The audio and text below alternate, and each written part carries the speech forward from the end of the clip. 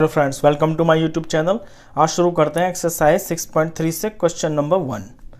What could be the possible ones digits of the square root of each of the following numbers. ये कहता है कि अगर इनका स्क्वायर रूट करेंगे तो उसका वंस डिजिट क्या होगा। यानी कि अगर इसका हम स्क्वायर रूट करें, मान के ये चलते हैं कि इसका स्क्वायर रूट जो होगा वो दो नंबर होंगे ना, सेम सेम, और स्क्वायर रूट होने के बाद 9801 आया, तो ये नंबर क्या होगा। अब देखिए 1 कब आएगा पीछे, 1 पीछे तब आता है या तो आपके वंस प्लेस पे 1 हो तो 1 1 जार 1 आएगा, या फिर ऐसा हो कि वंस प्लेस पर 9 हो, क्योंकि 9 9 जार 81 हो जाता है और पीछे 1 आ जाता है। ये समझे आप। देखिए जैसे कि मैंने स्क्वायर रूट्स निकाल के रखे हैं 1 से 20 तक, अपनी लास्ट वीडियो में मैंने आपको दिखाया था। तो वंस प्लेस पर यहां पे 1 है और फिर यहां पे 1 है। 1 कब आता है, 81 का स्क्वायर रूट होता है 9 और 1 का स्क्वायर रूट होता है 1। तो अगर किसी नंबर के पीछे 1 होता है या फिर किसी नंबर के पीछे 9 होता है तो उसका जो स्क्वायर होता है ना वो 1 आता है। जो स्क्वायर होगा ना उसके वंस डिजिट पे 1 होगा। अब जिनके लास्ट डिजिट में 1 होगा उनका स्क्वायर रूट के लास्ट डिजिट में क्या होगा, या तो 9 होगा या फिर 1 होगा। ये है इसमें क्वेश्चन। चलिए सेकंड पार्ट इसमें देखते हैं। इसका तो आंसर हो गया, इसके दो आंसर आएंगे आपके 1 और 9। ऐसे 6 कब आएगा, पीछे 6 कब आएगा, यहां पे देख लीजिए आप, ये पीछे 6 आ रहे हैं तो किसी नंबर के वंस प्लेस पे अगर 4 है तो उसके स्क्वायर में 6 आएगा। इसी तरह से किसी नंबर के वंस प्लेस पर अगर 6 है तो उसके स्क्वायर में 6 आएगा। तो ये दो आंसर हैं आपके, या तो 4 होगा वंस प्लेस पर या फिर 6 होगा। तो इसके आंसर है आपके 4 और 6।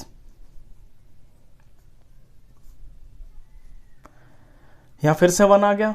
1 कब आता है ये मैंने ऊपर समझा दिया आपको कि इसका जो स्क्वायर रूट होगा ना, इसके स्क्वायर रूट में कोई भी नंबर हो, जैसे कि इसका स्क्वायर रूट होगा तो इसके स्क्वायर रूट में या तो वंस प्लेस पर 1 होगा या फिर 9 होगा, तभी मल्टीप्लाई होके स्क्वायर नंबर में पीछे 1 आएगा। तो इसके आंसर हो गए 2, 1 और 9। ऐसे 5 कब आता है, 5 सिर्फ तभी आता है जब पीछे 5 हो, क्योंकि 5 और 5 को मल्टीप्लाई करके 25 आता है।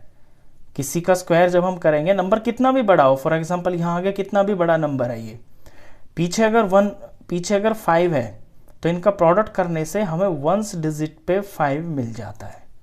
5 से अलग कोई भी ऐसा नंबर नहीं है जो दोनों का प्रोडक्ट करके पीछे 5 आ जाए।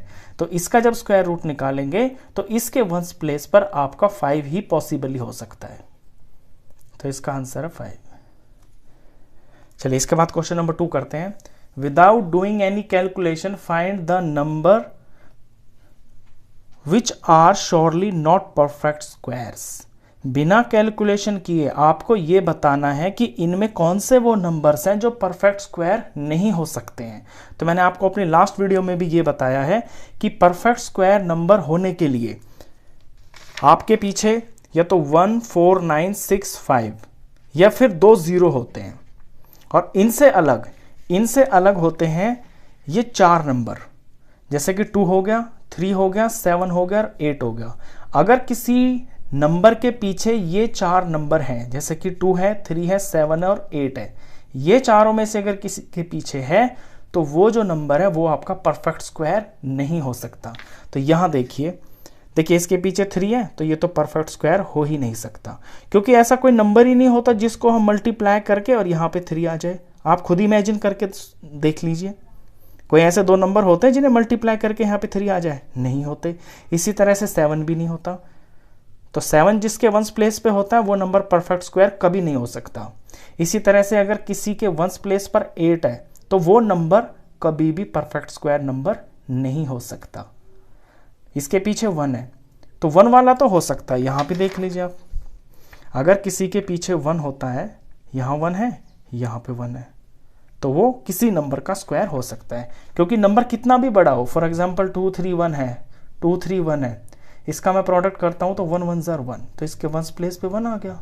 तो किसी के वंस प्लेस पर अगर 1 है तो वो परफेक्ट स्क्वायर हो सकता है। ये नहीं है कि पक्का होगा ही होगा, मतलब हो सकता है। यहां भी क्वेश्चन में हमसे यही पूछा है कि कौन नहीं हो सकता, तो ये तो बिल्कुल भी नहीं हो सकते, ये हो सकता है।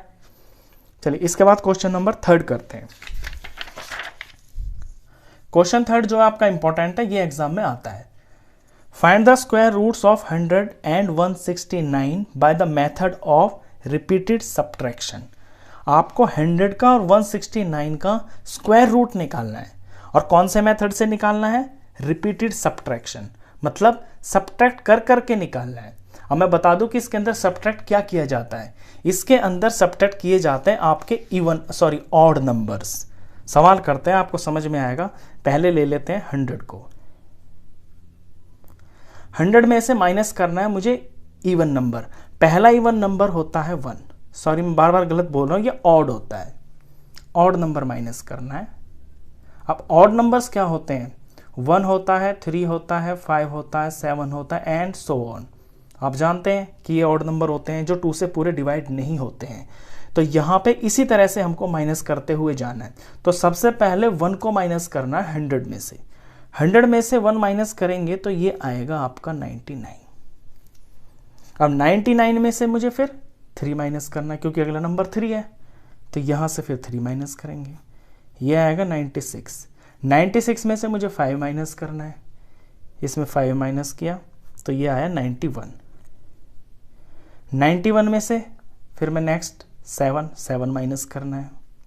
91 में से 7 माइनस कर देंगे तो ये आ जाएगा 84।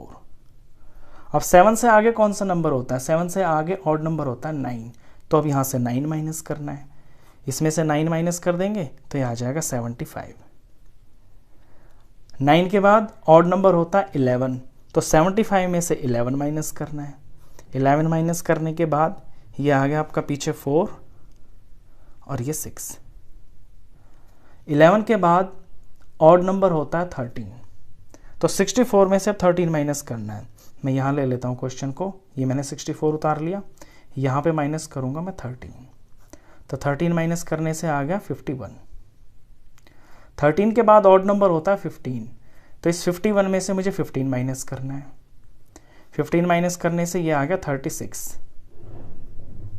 15 के बाद ऑड नंबर होता है 17, इसमें से मुझे 17 माइनस करना है। 17 माइनस करने से ये आ गया 19, और 17 के बाद ऑड नंबर होता है 19, तो इसमें से मुझे 19 माइनस करना है। फाइनली यहाँ पे आंसर 0 आ गया। आपका सवाल खत्म हो गया। अब आप सोचेंगे कि इससे हमें स्क्वायर रूट कैसे पता चल गया, 100 का स्क्वायर रूट क्या होगा? तो देखिए, आपको यह गिनना है कि आपने कितने ऑड नंबर्स को सब्ट्रैक्ट किया है। यहां 19 तक आपने सब्ट्रैक्ट किया है, तो कितने हैं ये? 1 2 3 4 5 6 7 8 9 10।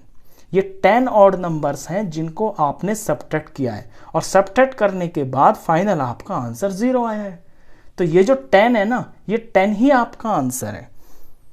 तो therefore square root of 100 is 10, क्योंकि ये 10 नंबर्स आए हैं। इसी तरह से नेक्स्ट है 169। चलिए 169 को लेते हैं। अब यहां से क्वेश्चन करेंगे।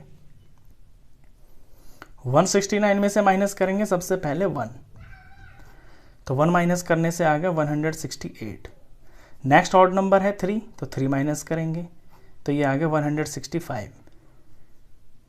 फिर ऑड नंबर है 5, तो फिर माइनस करेंगे 5, ये आ गया 160। 5 के बाद है 7, तो इसमें से 7 माइनस करेंगे, ये आ गया 153। 7 के बाद ऑड नंबर है 9, तो इसमें से 9 माइनस करेंगे, 9 माइनस करते ये आ गया 144। 144 आ गया, 9 तक माइनस कर दिया, इसमें से 11 माइनस करेंगे, इसमें से 11 माइनस करेंगे तो ये आ गया 133। यहाँ लिख लेता हूँ मैं ऊपर 133। 11 तक कर लिया। नेक्स्ट ऑड नंबर है 13, तो इसमें से 13 माइनस करना है, इसमें से 13 माइनस करते ये आ गया 120। 13 के बाद ऑड नंबर है 15, इसमें से 15 माइनस करेंगे तो ये आ गया 105। 15 के बाद ऑड नंबर है 17, तो इसमें से 17 माइनस करेंगे,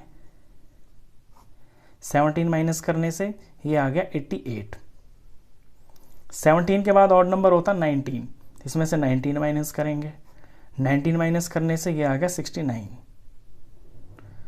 19 के बाद ऑड नंबर होता है 21, तो इसमें से 21 माइनस करेंगे, 21 माइनस करने से ये आ गया 8 और ये आ गया 4, 48।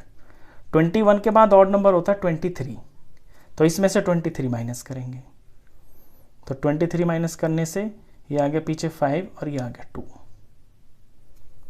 और 23 के बाद ऑड नंबर होता है 25, तो इसमें से 25 माइनस करना है, -25। ये होते ही यहां पे आपका आंसर 0 आ गया। जहां 0 आ जाए वहां आपका सवाल खत्म हो जाता है। अब आपको यह काउंट करना है कि आपने कितने ऑड नंबर्स को माइनस किया है। तो यहां मैंने 25 तक के माइनस किए हैं, तो यहां भी गिन सकते हैं आप, या अलग से ऐसे भी लिख सकते हैं, तो आसानी हो जाती है गिनने में। मैं यहां गिन लेता हूं, मैंने 25 तक के ऑड नंबर्स को सब्ट्रैक्ट किया है, तो कितने हो गए ये 1 2 3 4 5 6 7 8 9 10 11 12 13 ऑड नंबर्स को मैंने सब्ट्रैक्ट किया है, तब जाके मेरा आंसर 0 आया है। तो इसलिए स्क्वायर रूट ऑफ